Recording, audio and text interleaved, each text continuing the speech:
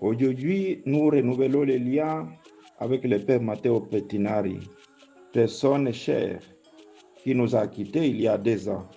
Il a été pour nous un visage de la tendresse de Dieu, par sa parole, par son ministère, par sa présence simple et fidèle. Il a semé l'évangile. Rappelons-nous de ce qu'il nous a donné, son écoute, son zèle et sa joie de servir. Tout ce qui était bon à lui vient de Dieu et retourne à Dieu. Père Matteo Pettinari fait partie de notre vie, de notre histoire. Aujourd'hui, nous rendons grâce à Dieu et aussi nous rendons grâce au Père Matteo Pettinari.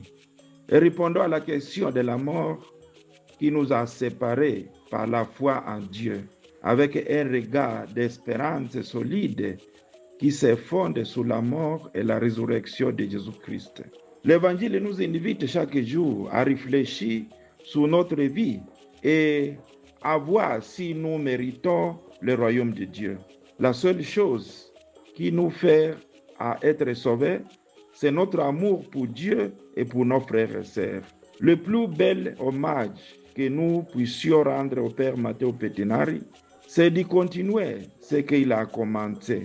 Aimer l'Eucharistie comme il a l'aimé. Aimer la parole de Dieu. Servir les pauvres comme il les servait. Pardonner, réconcilier et prier. On doit devenir les artisans et les messagers de la paix. On doit être des amis du Seigneur. On doit conserver la joie de la foi et on doit servir l'Église et l'humanité avec fidélité et amour comme Père Matteo.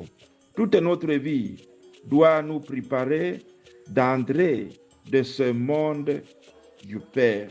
Ne laissons pas son souvenir devenir une simple nostalgie. Faisons un appel à la sainteté pour chacun de nous. Prions que Dieu, qui est le Dieu des vivants, accueille dans sa paix notre frère Père Matteo Pettinari, qu'il jouisse de la liturgie éternelle auprès de Dieu et à nous qui cheminons encore, qu'il nous donne la force de vivre l'Évangile avec la même passion qui animait Père Matteo.